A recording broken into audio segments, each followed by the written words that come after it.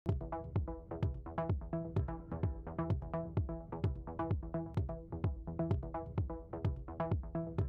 давяла Марціновіча да рэвалюцыі. Варта глядзець толькі на сваіх сяброў, пракурора і суддзю. Ці я і дагэтуль не вельмі веру ў беларускі народ. Я вам гэтыя грошы вярну тэлевізорамі і халадзільнікамі. Чэснасць гэта не нацыянальная ідэя. Вот пойти, а дальше что? Крутіць хвост палякам і рускім. Мы будем говорить про национальную Мы идею. живем в мире наций. Место белорусов у сусвете. Циником выступаю здесь я. Ідея X на Єврорадіо. Вітаю ўсіх слухачоў Еўрарадыё. В эфіры чарговы выпуск праграмы «Ідэя X». Праграмы, падчас якой мы працягваем шукаць, прамаўляць, намацваць беларускую нацыянальную ідэю. Як звычайна, вядучыя ў студыі Максім Гаруноў і Зміцер Лукашук. Наш сённяшні госць Віктор Мартинович. Адразу, калі хто-небудзь вот з тых нашых удзельнікаў праграмы, які ўжо быў у нас у гасцях, скажа: а што гэта Мартиновича другі раз запар, а нас не, чым ён лепшы, я адразу магу сказаць: вот вы маглі прадбачыць некалькі гадоў таму, што будзе зараз адбывацца ў Беларусі. А вот Віктор прадбачыў, бачыце, напісаў нават «рэвалюцыя». Так что, вот калі будете и вы прадбачыць, тады будем и вас по другим, его можа и по третьим разе запрашаць. Ну, жарты жартами, тым не менш, Віктор, па-першае, віншую вас з кнігай. Па-другое, вы ўжо шмат разоў тлумачылі, і нават калі тут хто не пачуў, але ўзяў кнігу, пачытаў, што пісалася кніга 12 гадоў, то і адразу зразумее, што, ну, ладно, там год яшчэ таму можа быць, там вот Ванга прачнулася ў ім, прадбачыў, але 12 гадоў таму, але тым не менш, можаш назву спонтанна, вот паглядзеў, што ў жніўні адбываецца, і назву кнізе даў. Все ж таки рэвалюцыя наколькі мае ну, нейкія там паралелі, не паралелі, а можа наўпроставыя нейкія сувязі з тым, што адбываецца зараз у краіне. Ну, я хацеў бы падкрэсліць, што ў снежні мінулага году у інтэрв'ю парталу інтэрв'ю было заяўлена, што выйдзе ў восень гэтага году, праз год выйдзе кніга «Рэвалюцыя». То бок гэта было анансавана яшчэ год таму. Больш за тое, было ў 2013 годзе дано інтэрв'ю Белапану, беларускім навінам, і яно дагэтуль боўтаецца ў сеці. Можна прачытаць, што яно мела назву «Параноя давяла Мартиновича да рэвалюцыі». Вось, усё было загадзя анансавана, і назва не змянялася, і тут якраз была спакуса змяніць назву, каб не выглядаць такім як бы спекулянтам. Вось, але я вырашыў, што напісанае мусіць застацца, ўсё, што сказана, мусіць быць сказана так, як яно было сказана. І вось, што тычыцца прадбачання, разумееце, гэта відавочна, гэта тэкст не пра нашыя пратэсты. Відавочна, што зараз адбываецца шмат таго, што пераўзыходзіць гэты тэкст па цікаўнасці, але гэта тэкст пра нешта больш грунтоўнае, гэта тэкст пра ўладу. Вось пра тое, што такое ўлада. І вось калі я задаюся гэтым пытаннем зараз, я бачу, што акурат пра галоўнае тут і сказана, пра тое, што ўлада гэта не нейкая сістэма, гэта проста кожны асобны вінцік, які мае выбар весці сабе такім ці іншым чынам, і заўсёды, калі ён у спакусе, ён вядзе сабе так, як гэта прасцей. Але тым не менш, вось калі чытаць гэтую кнігу, то такое адчуванне, што яно пра тое, што адбываецца зараз. Я просто вось возьму, напрыклад, адзін момант з кнігі, пару фразаў, і вы зразумееце, пра што я кажу. Увайшлі два міліцыянты, паміж якімі быў заціснуты мужчына ў акулярах, апрануты ў шэры спартовы касцюм. Я адчуў, што мне лепш не глядзець на яго, што сёння наогул варта глядзець толькі на сваіх сяброў, пракурора і суддзю. Гэта Светка кажа, і вот тут не хапае толькі балаклавы. Ну, так. Ну і па скайпе, што ўсё робіцца. А так, у прынцыпе... Так. Я зараз буду вельмі асцярожны, тому што забаранілі параною не пасля того, як яна выйшла. Яна яшчэ месяц боўталася ў метро з пазнакай там лепшыя продажы ў мінскіх крамах, але пасля таго як народная воля, здаецца, апублікавала адну з такіх вось вытрымак. Мне трэба быць, я разумею, што яны кніжак не чытаюць, але вось трэба мне быць вельмі асцярожным. Відавочна, любы роздум, тое, што тут зараз адбываецца, мы размаўляем у лістападзе 2020 года, гэта нейкая пікавае разгортванне гэтага самага феномену ўлады. Заўважце, што ніхто зараз не можа застацца не задзейнічаным. Ад усіх патрабуе, гэтая сітуацыя ад кожнага патрабуе вось на максімум, напоўніцу адкрыцца, напоўніцу паказаць сябе, прад'явіць сабе. І вось, канешне, любы роздум, любая рэфлексія на тэму ўлады, яна прыйдзе да таго, што трэба будзе выступаць у судзе ў якасці сведкі, трэба будзе нешта некага падманваць, нешта рабіць з таго, што ты б інакш не зрабіў. Вось менавіта з гэтай кардынальнасці развіцця сітуацыі, у якой мы апынуліся, з-за таго, што проста шэрым не чалавекам без пазіцыі быць ужо немагчыма, мабыць, і ўзнікаюць такія супадзенні. Добра, гэта былі 3 хвілінкі рэкламы новай кнігі Віктара Марціновіча. Зараз мы ўсё ж такі да нашай. Я вот адкрыю гэтую кніжачку. Это вынік нашай 2-гадовай працы, беларуская нацыянальная ідэя па праграмах, тыя, якія ў нас выходзілі, 85 інтэрв'ю. Вось тут інтэрв'ю Віктара Марціновіча. 2-гадовай даўніны. Я адмыслова перад нашай сустрэчай перачытаў гэтае інтэрв'ю, яно тут, безумоўна, скарочанае, не так, як было ў нас, тым не менш, асноўнае, самае галоўнае па тэме тут захаванае. І калі па шчырасці, вот нават пачынаючы з загалоўка, галоўнае, што было вынесена з вашых слоў, ваша ідэя на той час, беларускую нацыянальную ідэю сфармулюе Google. І ўвогуле, такое было адчуванне, што вы, как-то не вельмі верыце ў беларускі народ. Так, было такое. Але, ведаеце, я і дагэтуль не вельмі веру ў беларускі народ. Тое, што адбываецца зараз, гэта ёсць працэсам фармавання народа, а не вынікам нейкіх дзеянняў, якія былі б зарыентаваны на ідэю. Разумееце, зараз прыйшоў той час, у 19 стагоддзі Кіркегор напісаў такі караценькі тэкст, які называўся «Наш час». І вось гэта быў тэкст пра тое, што ў параўнанні з рэвалюцыйным часам, з часам французскай рэвалюцыі, людзі 19 стагоддзя пад уплывам медыяў зрабіліся вельмі квёлымі. Яны зрабіліся людзьмі словаў, рэакцыяў, рэфлексіяў, каментароў, чаго заўгодна, але не дзеі. І мы ў гэтым стане людзей, апісаных Кіркегорам, пражылі до 2020 года. Прычым не толькі мы, ўсё чалавецтва, Еўропа дакладна. Зараз я бачу, што каранавірус і ўсё астатняе, так бы мовіць, прыводзіць да таго, што той самы чалавек дзеі робіцца галоўным. І галоўнае зараз не ідэі, не словы, а заўважце, што за словы як быццам бы нават і не караюць. Вось караюць за любую дзею, ці за адлюстраванне гэтай дзеі у рэпартажах, у стрымах, як гэта было з Кацярынай Андрэевай.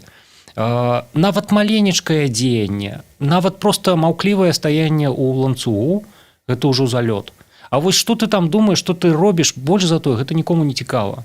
Мы зараз бачым, мы апынуліся ў нейкай гульбе такой, у нейкай завірусе, дзе людзі непадсвядома дзейнічаюць, і з гэтых дзейнічанняў, з гэтых дзеяў вынікае нейкія новыя абрысы беларусаў як такіх. Чакайце, беларусы пачалі дзейнічаць.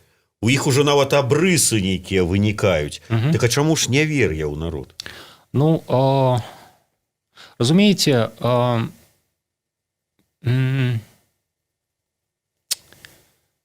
калі я быў вельмі збянтэжаны, пабачыўшы тое, што адбывалася ў Курапатах. Гэта было паляванне на качак. Гэта было вельмі... Адзінае, што ёсць, і што немагчыма адмаўляць, гэта смеласць. Смеласць ёсць і але яна палягае не ў тым, каб паводзіць сабе ну хаця б роўна таму, што з намі робяць, але у тым, каб працягваць выходзіць. Гэта таксама вымагае нейкай смеласці. Але вось сказаць, што у нас адбываецца рэвалюцыя, я не магу. У нас адбываецца не рэвалюцыя, у нас адбываецца нешта іншае, у нас адбываецца нейкі камін-аут, ведаеце. Мы ўсе маўчалі 26 гадоў, мы ўсе назапашвалі нейкую лютасць, і вось мы разам выйшлі і сказалі, мы вось ёсць, мы прысутнічаем, мы супраць, і нас вельмі шмат. Што з гэтага вынікае, што рабіць, што мы будзем рабіць з гэтым?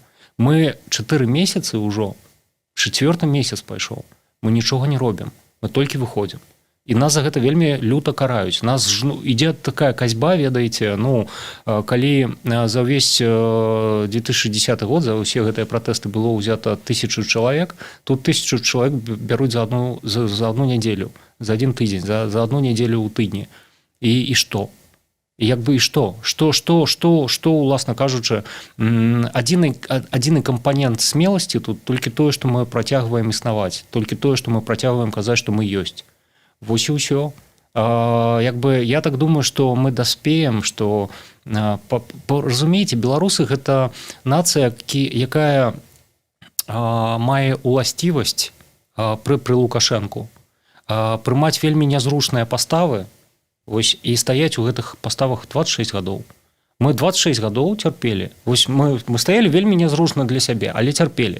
Вось зараз ёсць небяспека таго, што тое, што адбываецца, яно будзе адбывацца яшчэ 26 гадоў. 26 гадоў мы будзем глядзець на тое, як смелыя людзі штотыдні выходзяць, іх месяць, імі запаўняюць изолятары і ўсё.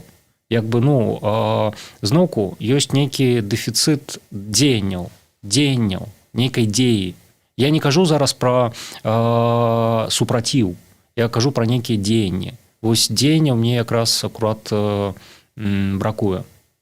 А нет ощущения, что вот эти 26 лет люди не терпели, а просто жили нормальной для них жизнью, и, может быть, даже отчасти получали удовольствие.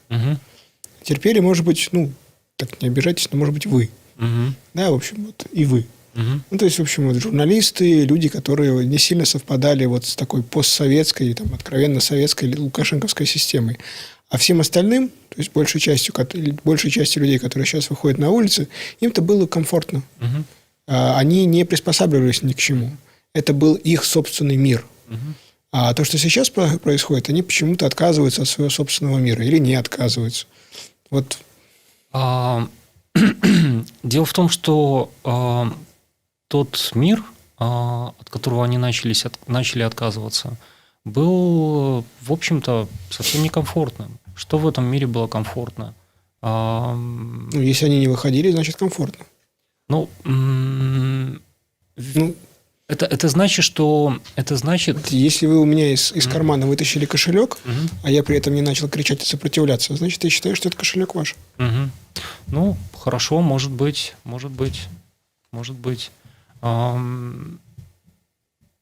С другой стороны, а чего ж так резко все вывалили на улице? Что как бы, что стало дискомфортно?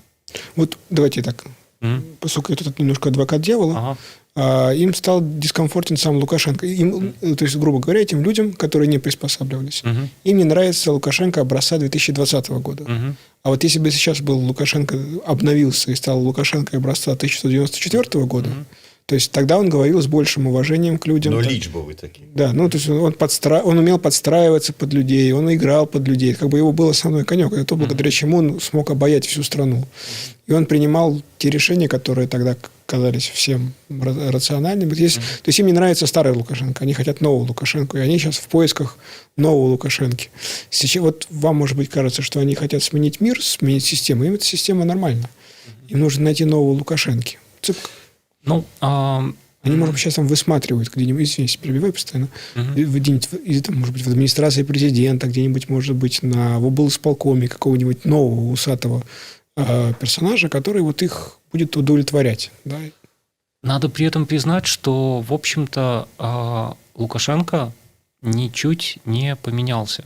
Он, может быть, начал чаще говорить то, что он думает, Но если говорить, опять же, про действия, вот про то, что делалось, все ровно так, как было 20 лет назад, 10 лет назад. То есть, как бы Козулин выдвинулся в тюрьму, как бы уголовное дело закрыт. Статкевич выдвинулся в тюрьму, уголовное дело закрыт.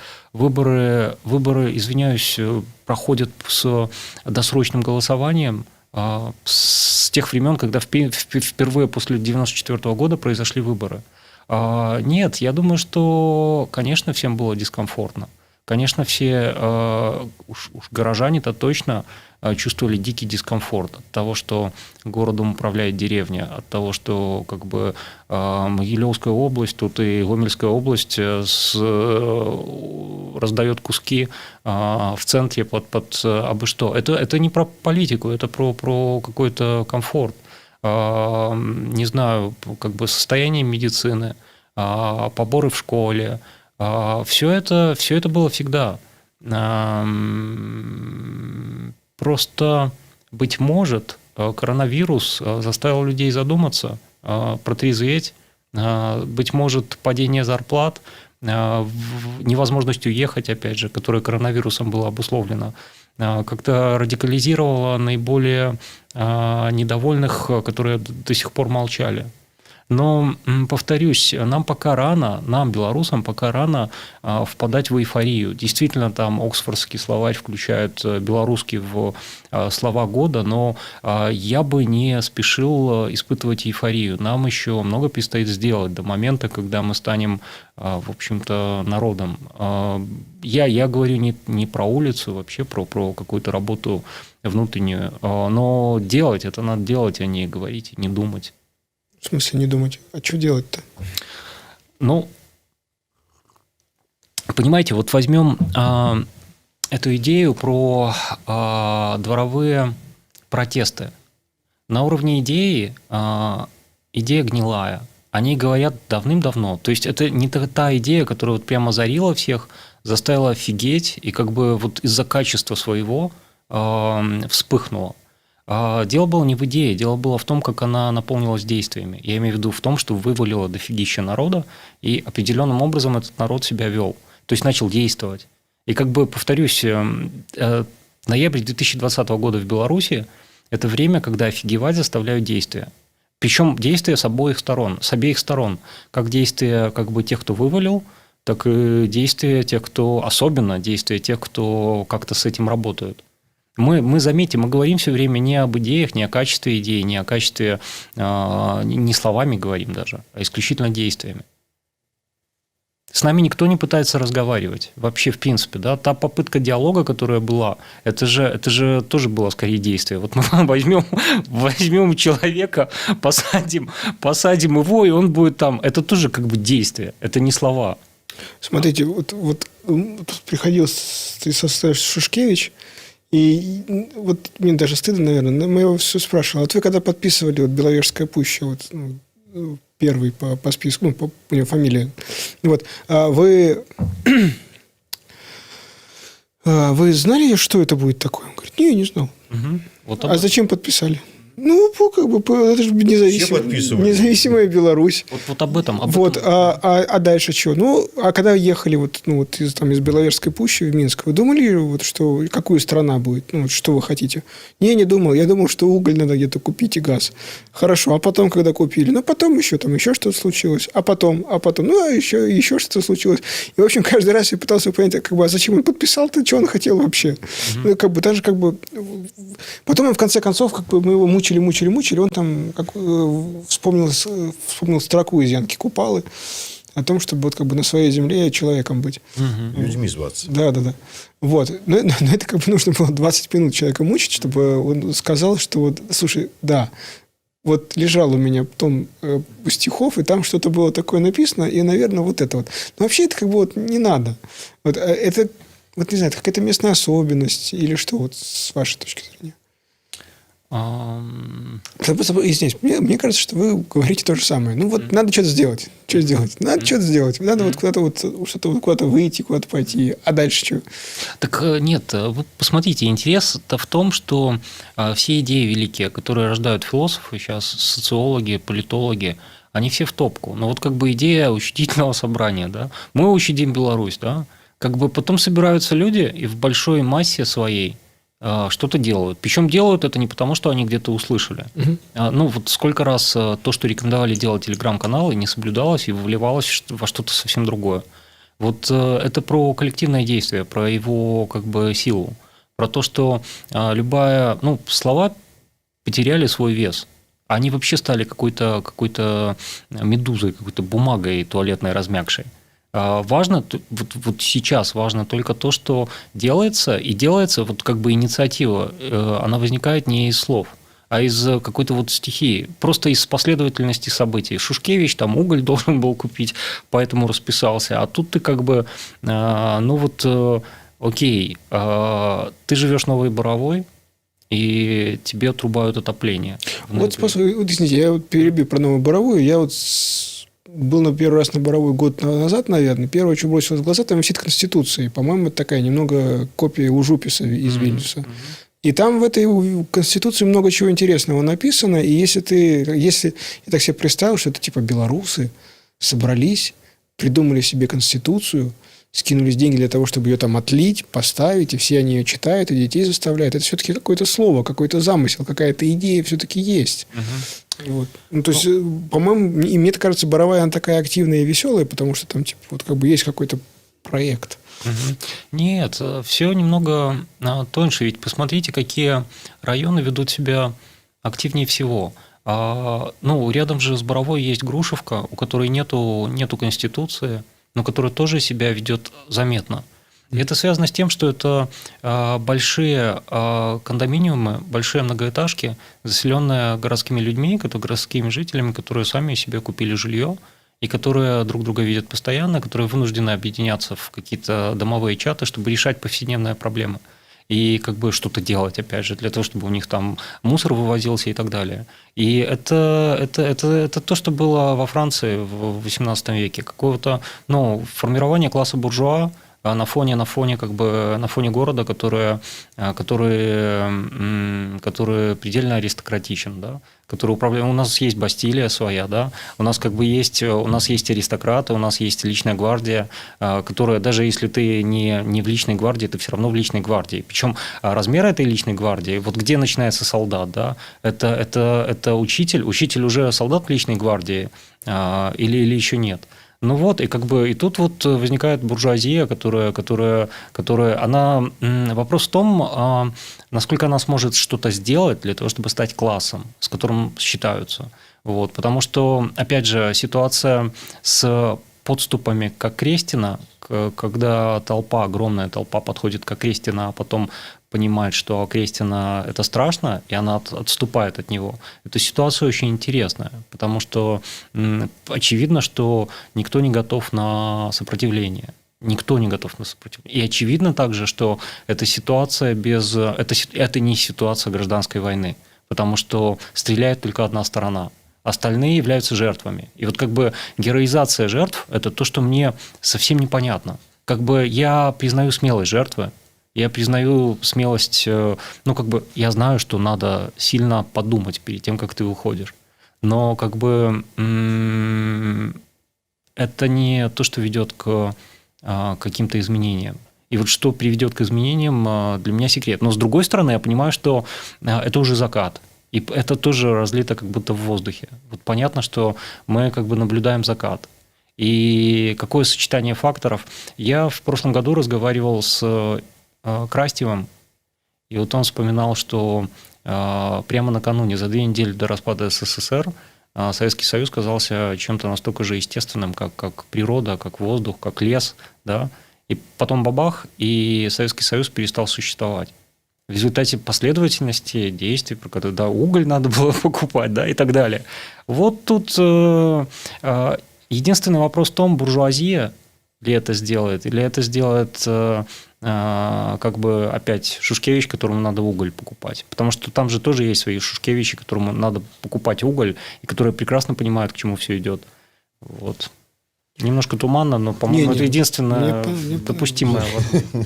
Не заигрывай. Мне не понравилось. Не понравилось? Но он сказал, что не заигрывать, поэтому...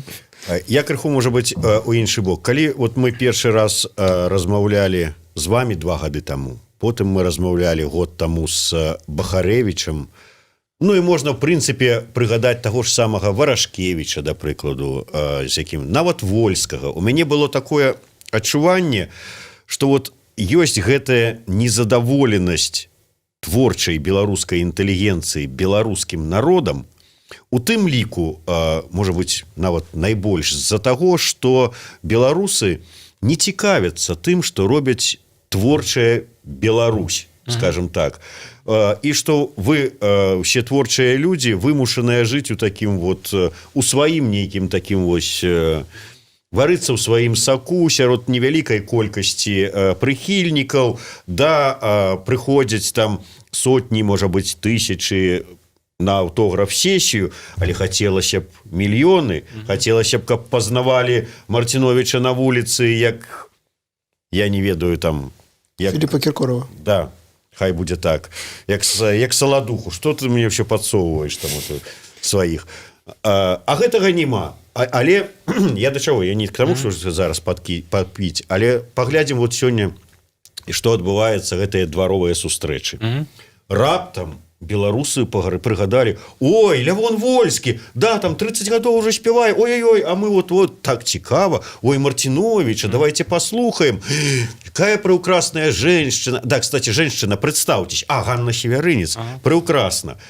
И гэтак далей. О, нават вот мыслителя Мацкевича про его учредительное собрание таксама послухаем с цікавасцю. Змены, слухайте, разумееце, што мне падаецца, што беларускі народ значна мудрэйшы за шмат каго з нас. Вось тое, што ты бачыш адразу, як толькі прыязджаеш у любую вёску і спрабуеш набыць дровы. Вось ты паспрабуй у вёсцы стаць там летнікам дзе-небудзь і набыць у вёсцы дровы. Ты там за 3 хвіліны ты пачуеш і пра ўладу, і пра сябе, і пра гарадскіх, і пра дровы, і пра праблемы возрождення села, пра ўсё. І прычым гэта будзе сказана літаратурна чыста, такім чынам, што ты просто прыпухнеш ад розуму, адчування густу і стылю у гэтых людзей. Яны кшталту кожны з іх, ну, што такое выжываць просто ў беларускай вёсцы зараз? Трэба быць, ну, Бірам Грівзам, тройчы, просто у 3-й ступені. Што такое там жыць на натуральнай гаспадарцы, ну, на натуральнай гаспадаркі і спрабаваць там бульбу вырошчваць. Трэба быць Сафоклам, Сакратам просто, Платонам у адной асобе. Вось, то вось гэты кантакт паміж намі быў згублены праз тое, што, уласна кажучы, ніякага дадатковага кніжнага розуму гэтым людзям не патрэбна. З іншага боку, шмат хто з нас не чуў, пра што яны кажуць, пра што яны размаўляюць, і працягвалі пісаць пра мову вёску Вільню, пра беларускую мову, пра адраджэнне беларускае, не сяла. І вось тут узнікала тэматычны дысананс. Дагэтуль ён ёсць, і ён нікуды не падзенецца, таму што народ у нас вельмі разумны. І я менавіта таму кажу, што народ гэты здольны нешта вырашаць і рабіць сам, без наших нейкіх парадаў, таму што ён разумнейшы за нас. Вось. Извините, а вот в чем была мудрость белорусского народа, когда он избирал Александра Григорьевича Лукашенко? Ну, белорусский народ увидел своего, он увидел в нем человека, который способен будет крутить хвост полякам и русским, и это всегда весело. Но вот рядом с нами есть сверхдержава, которая 26 лет вынуждена слушать его ложь, вынуждена слушать его обещания, которые не исполняются. Ну, как бы народ в этом смысле, он, если мы отставим политику, права человека и прочее, он выбрал сильного, хитрого лидера, который из всей обоймы 1994 года был очень убедительным для народа. Так что, пока Россия не научилась делать скидку на все его обещания и контракты на газ заключать не на 10 лет, а на короткий срок, он успешно обеспечивал страну, у которой нету ни нефти, нефть есть, но мало очень, ни газа, ничего, по сути дела, нету ни гор, ни моря, да? Он умудрялся ее обеспечить на уровне нефтедобывающих регионов России. я имею в виду бутербродом, колбасой, ну, как бы мудрость народа тут как бы ликовала. А если Я скажу простей. Вот вы просто молодые вообще, не ведаете. В 94 году сгорели усе сберкнижки у людей. Все, что ты накапливал, там ездил на поўнач, там працаваў, беларусы ездили, складали на книжечку, там 5 тысяч, 10 тысяч российских, этих советских рублей лежало. И оно все сгорело. Лукашенко пришел и сказал: я вам гэтыя грошы верну телевизорами и холодильниками хотя бы, не грошима, а вот это. И он, конечно, не вернул, але тады проголосовали за то, что им холодильников там 5 штук поставить себе у сельской хате. Ну, это мудрость народа. Да. Народ... Тым не менш, я изноўку вернуся... Извините, я перебьюсь. Вот когда белорусский гордый народ смотрел на своего любимого лидера, как он издевается над русскими и над поляками, при этом же вот соседние народы, латыши, там, литовцы, там, эстонцы, но не соседи, но как бы все равно рядом, избрали себе менее экзотических людей, и у них как бы гораздо быстрее все начало налаживаться. Это не смущало мудрый белорусский народ? Ну, тут как бы нужно понимать, что латыши, литовцы вступили, например, в НАТО, и они являются европейцами. Они как бы изначально, они тоже, ну, Литва тоже хуторская страна, да, но как бы мышление там совсем другое. Они как бы не... Беларусь самая советская из всех постсоветских республик. Тут как бы вопрос о НАТО рядом не стоял. Тут как бы единственная возможная в 1994 году парадигма – это максимальная эксплуатация своего геополитического положения. То самое, о чем говорил Поздняк, но дело в том, что Поздняк честно говорил, что он будет нагнетать отношения с Россией. А то, что произошло тут, это, по сути дела, под видом дружбы, братской любви и там славянского единения на протяжении десятилетий как бы использование капиталов, богатства России для того, чтобы обогатиться самим. А можно сделать так, предположить, что сейчас вот эти десятки тысяч людей, которые выходят на улицу, они ищут нового Лукашенко своего, который будет делать то же самое, что Лукашенко делал с Россией, только этот будет делать с Евросоюзом. Понимаете, мне кажется... С брюссельскими вот этими дипломатами. Начнем с того, что народа, как такового народа, да, вот как бы тех людей, которые на натуральной господарце там бульбу выращивают, на улицах я не вижу. Это как бы, это не, я не могу сказать, что вот прям народ восстал. Восстали массы, которые городские, которые являются горожанами, и часть из которых являются буржуа, часть из которых вот как бы ощущает себя оппонентами аристократии. По данным переписи, 78% населения Беларуси живет в городах. Не горожан в Беларуси скоро совсем не останется. Ну, как бы вы же поймите, что как бы какой-нибудь Глуск это город. Для переписи. Ну, по сути дела, съездите в Глуск, вы увидите, что это совсем не город. Ну, вообще, ну, как бы да. По данным моей личной переписи, 2 миллиона человек живет в городе, в Беларуси. Ну, хорошо, еще добавим сюда Гомель и Гродно, и Брест. Ну, сколько там? 4 миллиона, наверное, вряд ли наберется. А все остальное, все, что за пределами областных центров, это такое комбинирование, ну, повторюсь, райцентр это не город в европейском смысле. Это как бы натуральное хозяйство перед домовым участком. Так что я бы не относил их к горожанам вот прям... Ну, может, это экологическое хозяйство? Ну, да, сейчас идет какое-то новое заселение, то есть такое новые городские начинают заселять деревню. Это очень интересно. Вот все брошенные деревни там, в Лесской области, в Гомельской области, они плавно заполняются городскими, которые понимают, что в городе Минске жить невозможно. Потому что в городе Минске там переполненные школы, они возвращаются туда, но они приносят с собой новые взгляды на все. У них нету вот этой как бы, у них нету связи с землей, которая была, но у них нету и связи с сельской как бы, ну условно говоря, для них как бы права, политика имеет значение. Смотрите, сейчас завершу. Из того, что вы сейчас сказали, я так понял, что вы считаете, что то, что происходит сейчас на улицах в Минске, ну и в других больших городах, это там революция горожан, а против, ну, какой-то такой местной, странной, околосоветской аристократии. А вот Минчук, вот как горожанин, он вот чем отличается или похож, допустим, на жителя Варшавы, ну, какой-нибудь из городов? Вот просто выберите какой-нибудь город и сравните, пожалуйста. Ну, может, с Варшавой, может, с Москвой, может быть, там, с Вильнюсом ближе. Ну, Москва-то это город, который был городом очень давно. В Минске в 70-м году жило 700 тысяч, сейчас в нем живет 2 миллиона. Он отличается тем, что он горожанин, как правило, во втором поколении. Значительная часть минчан, они горожане во втором поколении. У меня отец был из деревни, и таких, как я, очень много.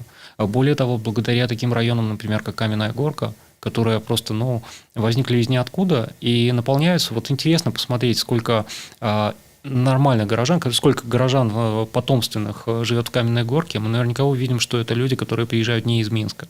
И, собственно, это приводит к росту Минска и к вовлечению все новых людей в городской образ жизни и как бы к подхватыванию этого образа жизни. Вот это то, что редко увидишь, например, в Вильнюсе, потому что Вильнюс, по-моему, ну, такой не просто город, а город с традицией бытия городом. Вот. Что еще отличает? Ну, понимаете, первое кафе, нормальное кафе, у нас появились 10 лет назад, кажется. То есть я когда был студентом, я работал в газете, зарабатывал $100 и хотел где-нибудь поужинать. И это было очень сложно, потому что кафе в период с 94 по 99 год в Минске, скажем, было 5 штук. И все, на весь город. И они были не нужны, потому что люди, которые во втором поколении горожане, не воспринимают третье место, кафе, как бы как что-то важное. Сейчас мы видим взрывной просто. Кстати, это одна из причин, которая привела взрывной рост третьих мест, то есть как бы мест публичной сферы, как бы сказал Хабермас, мест, где эти самые горожане встречаются, что-то обсуждают. И третье место – это же место, где, ну вот как бы если кто-то сидит за кофе, там спрашивает, ну как, в воскресенье выходил в воскресенье, надо что-то отвечать. И как бы это тоже вот такой момент вовлечения в горожанскость, в городскость. То есть Минск – это такая большая школа городской жизни, и он в себя втягивает большие толпы людей. И судя по тому, что эти люди начали выходить на улицу, это хорошая школа. Мы не знаем, чем все это закончится. Я был бы рад сказать, что это хорошая школа, но я пока вижу трагедий больше вокруг себя, чем поводов для гордости. Давайте вернемся все ж таки до национальной... До белорусской мовы. До национальной идеи. И до мовы, может быть, так само. Вы падчас той нашай двухгадово-даўніны размовы казалі катэгарычна, нацыянальная ідэя патрэбная. Пры тым жа меркаванні засталіся? Ну так, конечно, як можа народ існаваць без нацыянальнай ідэі. Тым не менш, вы казалі, што размовы пра беларускую нацыянальную ідэю нават не столькі параноідальныя, колькі шизафрэнічныя. І таксама казалі пра тое, што у кожнай нейкай сацыяльнай групы ці нейкай супольнасці свая нацыянальная ідэя. Зараз, гледзячы, як гэтыя сацыяльныя групы, не ўсе, даволі шмат розных супольнасцей перамешаліся на вуліцах, на нядзельных маршах, ці там, скажем, нават падчас дваравых пратэстаў, ці там канцэртаў, ці яшчэ што-небудзь. Можна казаць, што пачала неяк сфармавацца ці спроба фармавання нацыянальнай ідэі больш шырокай, а не для сваёй пэўнай супольнасці? Не, вы ведаеце, калі параўнаць тое, што зараз адбываецца ў такім нацыдейным падыходзе, дык тое, што адбывалася ў 90-е, значна больш важнае для ідэі. Вось там была спроба барацьбы за ідэю. Там выразна, там было змаганне за ідэю. Зараз ёсць змаганне першае за сцяг. Гэта бачна, што ідзе супрацьстаянне двух сімвалаў. І чым больш людзей гіне за чырвона-белы сцяг, тым больш важкім у нейкай гістарычнай перспектыве ён можа быць, таму што сцягі і дзяржаўная сімволіка яны якраз і ўмацоўваюцца ахвярамі, тымі, хто ахвяраваў сваё жыццё за іх. Вось па-другое, ідзе змаганне супраць лжы, супраць падману, і вось гэта просто бачна. І як бы чэснасць гэта не нацыянальная ідэя, гэта нейкае базавае правіла уладкавання жыцця. Калі табе ўвесь час брэшуць, як з гэтым жыць? Як з гэтым жыць? То бок сцяг, падман і гвалт. Трэцяя праблема, супраць якой усе выходзяць, гэта гвалт. І гэта вельмі проста даказаць, таму што калі у 9-11 жніўня пачаліся первыя закалоты, людзей выходзіла значна меней, чым пасля таго, што адбылося. Адбыўся гвалт, і все пачалі выходзіць ужо не за падман, а супраць гвалту. Не супраць падману, а супраць гвалту. Калі раскладаць усё, насамрэч была нейкая кропка ў жніўні, калі гэта ўсё яшчэ можна было неяк замірыць, просто спыніўшы брахаць і спыніўшы гвалт. І відавочна пакараўшы тых нешматлікіх, якія былі ў гэтым гвалце задзейнічаны. Зараз маштабы гэтага гвалту і гэтага падману такія, што я са складанасцю магу сабе ўявіць нейкі красівы выхад, такі прыгожы і такі красівы, ведаеце, ужо няма, ужо ідзе ці то да нейкай перамогі, нейкага заняпаду таго, што і так коціцца да скону, ці то ідзе да таго, што гэта будзе нашай новай формай існавання, нашай новай рэчаіснасцю. Гэта няспынныя закалоты.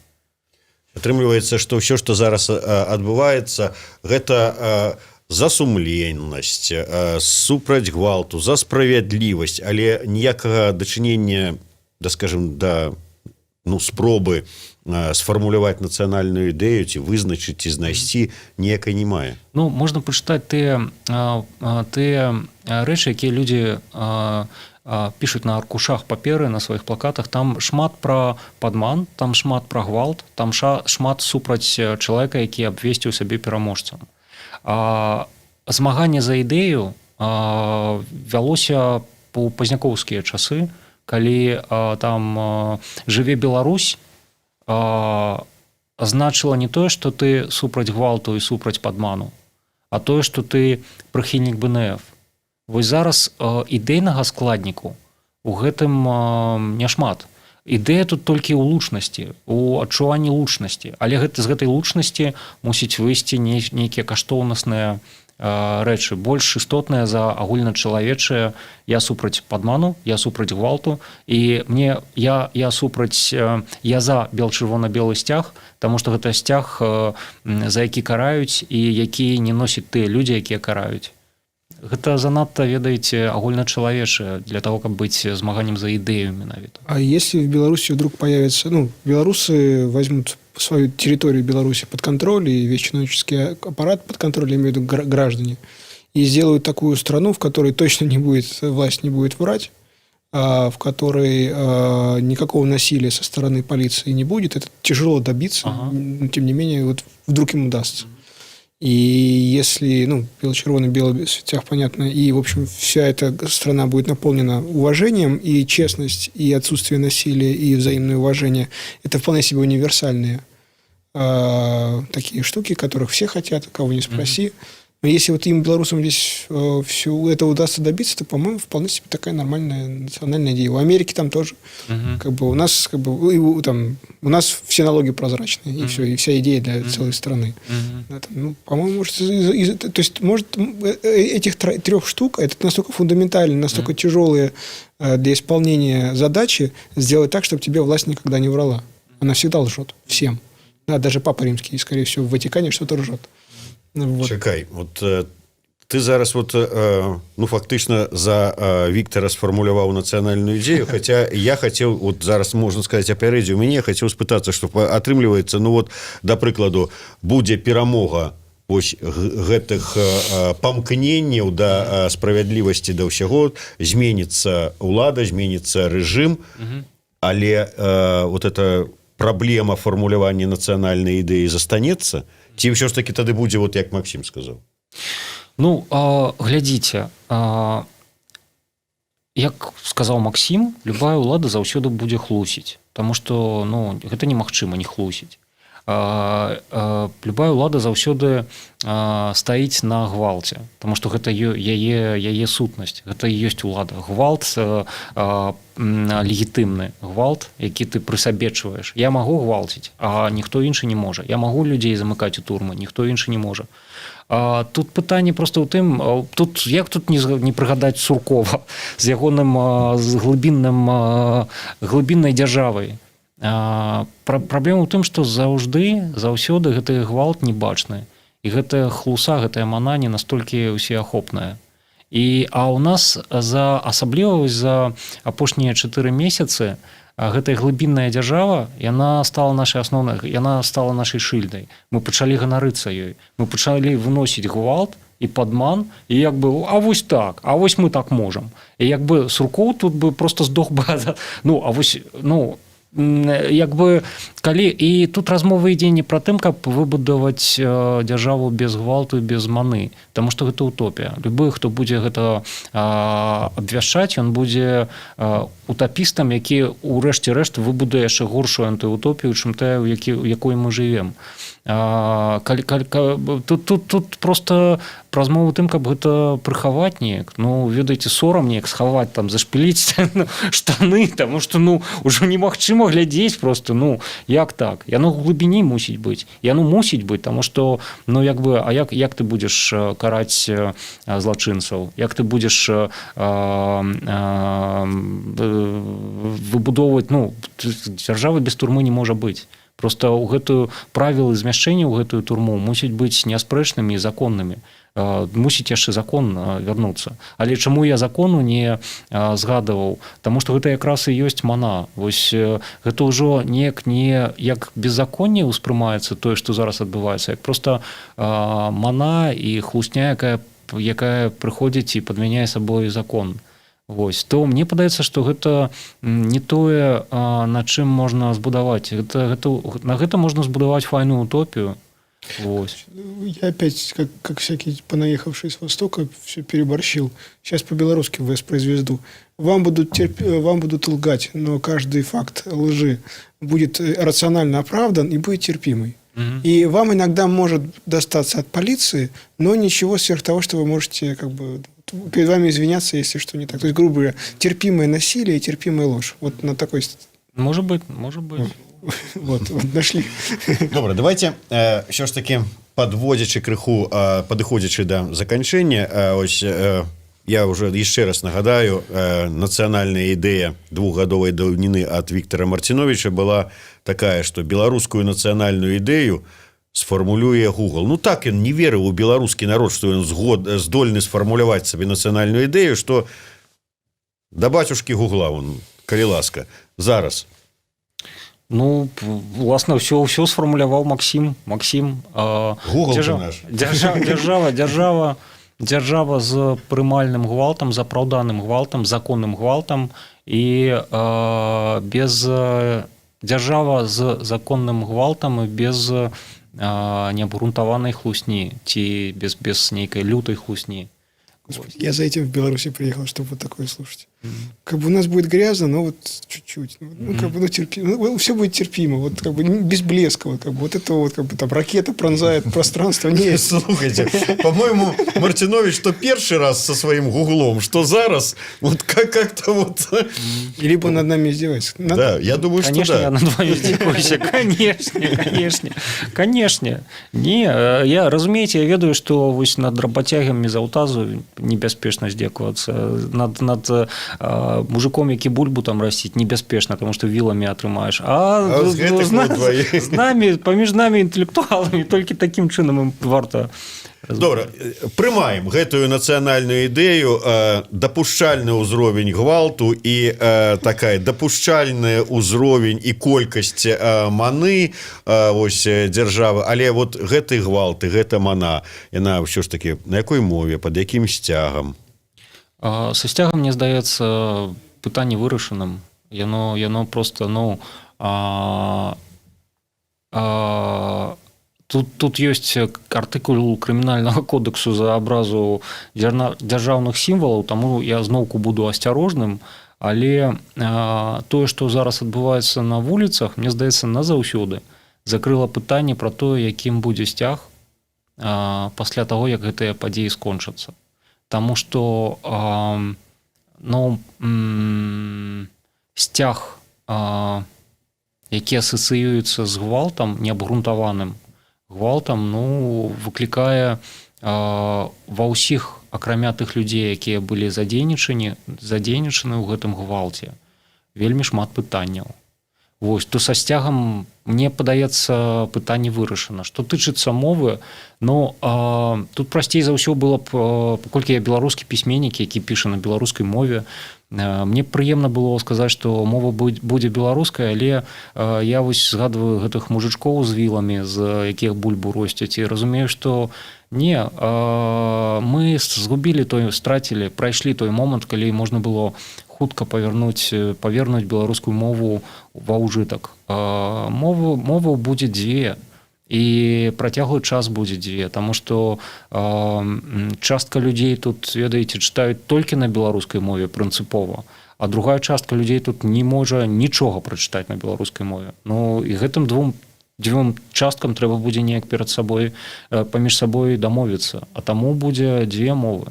Адно, што можа быць роля ангельскай мовы, якая занядбаная зараз. Паспрабуй тут спытацца ў любога мінака па-ангельску, дзе тут як прайсці ў бібліятэку. Не кожны табе адкажа, нават у Менску, не кажучы ўжо пра Глуск. Вось, то можа быць, будзе неяк праз адкрыванне паступовай краіны, а яна зараз замкнулася, як я казаў, усё набыло свае катэгарычныя формы. Вось наша самаізаляцыя набыла форму просто капітальнай жалезнай заслоны. Вось праз адкрыванне краіны, можа быць, ангельская будзе часцей гучаць ва ўстановах і паміж сопку. Але ўсё астатняе застанецца так, як ёсць. Руская, беларуская мовы на працяглы час нам даны. То есть, если вам соврут, то это будет приемлемая ложь, не переходящая границ и на 3 языках, на английском, белорусском и русском. Хорошая страна. Дзякуй вялікі. Не расчараваў Віктор Мартинович, што першы раз правакацыйна так ўсё гэта сфармуляваў, што другі раз. Дзякуй за дапушчальны ўзровень, так сказаць, зла, да, чтоб ведаў, калі што, то тут альбо клюшкай, альбо касой атрымаеш у плечы, ці віламі. Ад праграмы «Ідэя Х», Еўрарадыё і крамы з нацыянальным каларытам «Сымбаль-бай». Такі падаруначак. Віктор Мартинович, Максим Горюнов, Зміцер Лукашук. Слухайце і глядзіце нас.